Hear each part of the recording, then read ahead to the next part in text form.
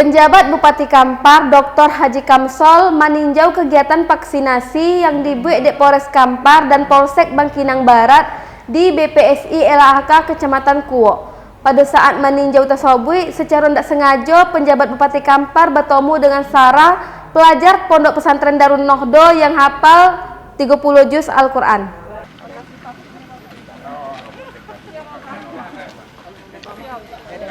Penjabat Bupati Kampar Dr. Haji Kamsol saat meninjau kegiatan vaksinasi yang ditaja di Polres Kampar dan Polsek Bangkinang Barat di Balai Penerapan Standar Instrumen Lingkungan Hidup Kuok, indak sengaja bertemu Jo Sarah, pelajar Pondok Pesantren Darun Nohdo Tawalib Bangkinang yang hafalan Quran 30 juz pada Ahad 14 Agustus 2022 potang. Kamsol bersama Kapolres Kampar AKBP Didik Priyo Sembodo dan Ramil 01 Bangkinang Mayor Infantri Yuhardi, Kabak OPS Kasat Semerta Kapolsek Bangkinang Barat, Kapus Kuok dan Kapalo Bidang Pelayanan Masyarakat Dinas Kesehatan Kabupaten Kampar menengok secara langsung kegiatan vaksinasi pelajar dan umum yang digolo Polres Kampar dan Polsek Bangkinang Barat. Saat meninjau kegiatan itu, Kamsol sempat berdialog dan menyampaikan bahwa kegiatan vaksinasi IKO dilakukan dalam rangka membaikan ketahanan tubuh dari serangan virus agar awak selalu dalam kondisi sehat dan kuat. Di sela-sela itu, Kamsol indak sengaja bosuo dengan Sarah, yakni pelajar dari Pondok Pesantren Darun Nohdo Tawalib Bangkinang yang hafalan Qur'annya 30 juz. Dan Kamsol langsung memerintahkan sang ajudan untuk mencatat identitas Sarah dengan lengkap sesaat sebelum meninggikan ruangan tersebut. Kamsol juga ba'au kepada para pelajar untuk memberikan informasi kepada kawan-kawannya agar ikut vaksin dan ikut tentu demi kebaikan masyarakat Kampar. Jangan dipercaya yang hoak. Dari Bangkinang Kota, Arif, Tim TV Ocu Riau Raya TV melaporkan.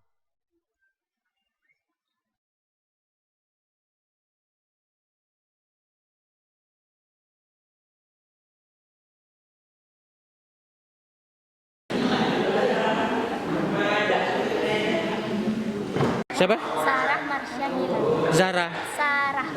Sarah. Sarah. Anak mana? Anak Pondok Pesantren Darun Nohdo. Iya, tinggal orang tua dong. Bangkinang. 30 juz hafal ya? Alhamdulillah ya. Umur berapa sekarang? Umur 16. 16. Gimana tadi jumpa dengan Pak Bupati tadi? Senang. Senang. Iya. Sip.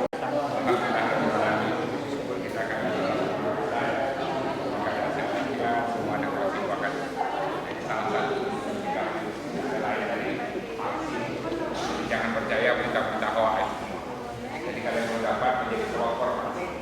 Bagi yang belum divaksin, kasih tahu orang tua yang nggak mau vaksin, kasih tahu orang tua itu wajib vaksin ketiga, ya kan?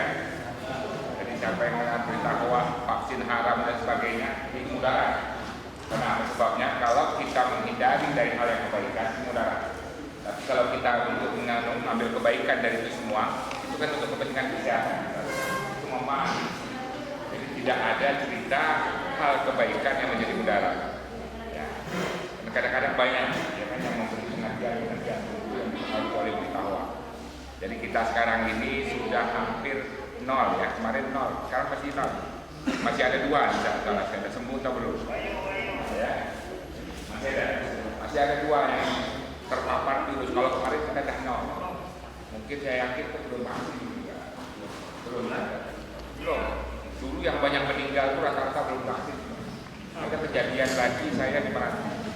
Ada salah satu tokoh masyarakat termasuk ada ulama lagi, nggak mau divaksin, akhirnya kena virus semuanya, kena virus ya, meninggal mau disemayamkan secara COVID itu tak boleh dijemur, tidak mau semuanya, ya semuanya macam ini kita berkopiah, mengandalkan hadis, mengandalkan firman dan sebagainya.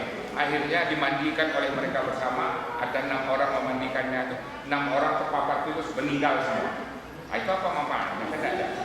Tidak ada, karena hanya bertahan ego, seolah-olah apa istilahnya, ya seolah-olah dengan keyakinan dengan yang maha kuasa. Tapi yang maha kuasa kan menurunkan obat, ya, menurunkan alat yang untuk bagaimana menghindari kebaikan. Ya kan? Suatu saat pun kita kalau memang tidak ada yang apa dimakan dan tidak kita mati, boleh memakan sesuatu yang tidak boleh dimakan itu semua daripada mati kan? Itu kenapa? Menjaga hidup itu lebih penting daripada itu tadi menghindari. Jadi saya yakin semuanya kita sini kan sudah pelajari banyak hadis, sudah mempelajari Al-Quran. Nah, di dalam Al-Quran itu kan bisa kita mengambil manfaatnya tetap. Karena dalam Al-Quran selalu mengatakan ya, terjadinya siang malam dan silih berganti, ada tanda-tanda bagi orang-orang yang beriman. Jadi kita pelajari dengan alam kita. Contoh tak berulang. Tadi madu yang diciptakan dari kita. Ya, apa madu itu? Lebah itu. Bagaimana dia tetap mencari bunga, ya kan? Ada mencari bunga dan bunga menghasilkan madu. Madu menghasilkan obat. Itu mindset daripada madu, daripada lebah. Coba lalat, bayangkan lalat mindsetnya tuh jelek, kotor. Jadi walaupun indahnya bunga, tapi tetap dia menjadi kotoran. Dia menjadi kotoran, akhirnya kotoran menghasilkan apa? Menghasilkan penyakit. Itu contoh dari Allah Subhanahu wa taala kepada kita semua dengan bukti alam yang ada. Ya kan? Nah, itu bukti alam. Itu yang harus kita pelajari. Jadi selain daripada itu juga pelajari tentang alam yang ada. Tadi banyak hasil dari alam itu kita semua yang bisa kita manfaatkan. Ada pohon kelong bisa jadi coklat, ya kan? Permen.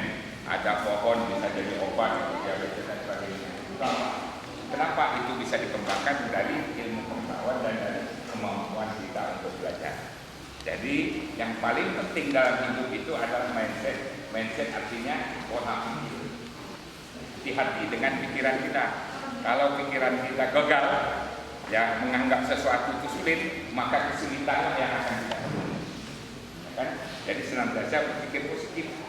Tapi kalau kita berpikir positif, melihat sesuatu masalah adanya kebaikan, maka ya kan solusi-solusilah dari masalah yang akan kita selesaikan. Yakin itu semua, ya, yakin itu semua. Jadi hati-hati dengan pikiran kita. Apa yang menjadi tujuan hidup kita, akhir kita, cita-cita kita menjadi seperti apa? Yakinkan itu kita bisa tercapai. Insya Allah. Kenapa? Pikiran kita membimbing hati kita dan membimbing seluruh tubuh kita. Kenapa sebabnya Allah Maha dekat lebih dekat daripada akhir kita. Jadi pikiran kita dihantuti dari hati. Makanya bersihkan hati, ya kan? Dihantar sesuatu dengan nilai yang positif. Kawan, hubungan teman. Misal teman ada jeleknya, jangan jeleknya diambil, kebaikannya kita ambil. Ya kan? Kalau jeleknya kita lihat semua makin jauh, akhirnya kita nggak berteman dengan dia. Lihat orang ini begini lagi sifatnya, akhirnya kita menjauh, akhirnya kita tinggal hidup jadi sendiri. Nggak bisa seperti itu. Orang memang sudah ada kebaikan yang terbuka. Ada orang miskin, ada orang kaya. Macam manapun dia berusaha untuk kaya, kadang-kadang tak miskin terus menerus. Kenapa? Apa? Untuk orang yang berlebih bersedekah kepada orang miskin. Itu Allah menciptakan kehidupan kita ini, ya kan? Jadi kita masing-masing, saya yakinlah pada kehidupan kita semua. Saya yakin semua anak-anak pesantren luar biasa dalam memiliki akhlak, ya kan? Tapi dari akhlak dan moral itu ada kinerja. Jadi karakter itu dua. Karakter moral, akhlak dan budi pekerti, ya kan? Sopan santun, adat istiadat apa semua dipatuhi. Makan yang baik seperti apa? Contoh sederhana saja. Misalnya sudah makan, sendok itu ditaruh, kita harusnya ditelukuk. Itu tanda tidak selesai. Karena itu dihabiskan. Jangan mengambil berlebih, tahu-tahu tak dihabiskan itu mubazir. Seperti itu contoh adat istiadat kita dalam membentuk akhlak dan sopan santun, hormat kepada orang tua, akhlak dan budi.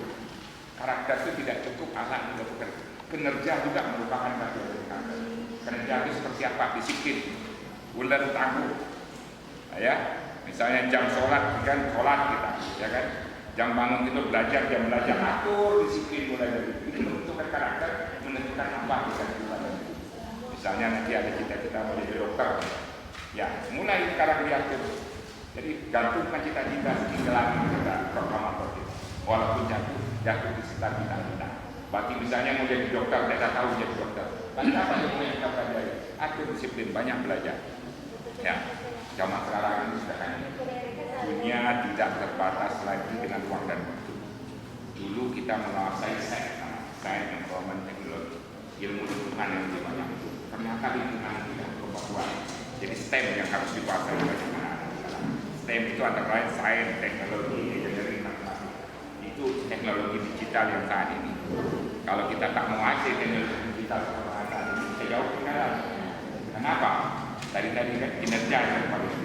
Selain daripada kinerja, moral, kaya dari karakter moral dan karakter kinerja, kompetensi tidak lagi ilmu yang kalian pelajari, itu sudah bagian dari biasa. Belajar matematika setengah jam 1 hari cukup bisa menguasai seluruh rumus kalau kemampuan kita cukup berkembang dengan baik. Tapi kolaborasi dalam rangka mengembangkan kesalahan itu yang penting dalam sebuah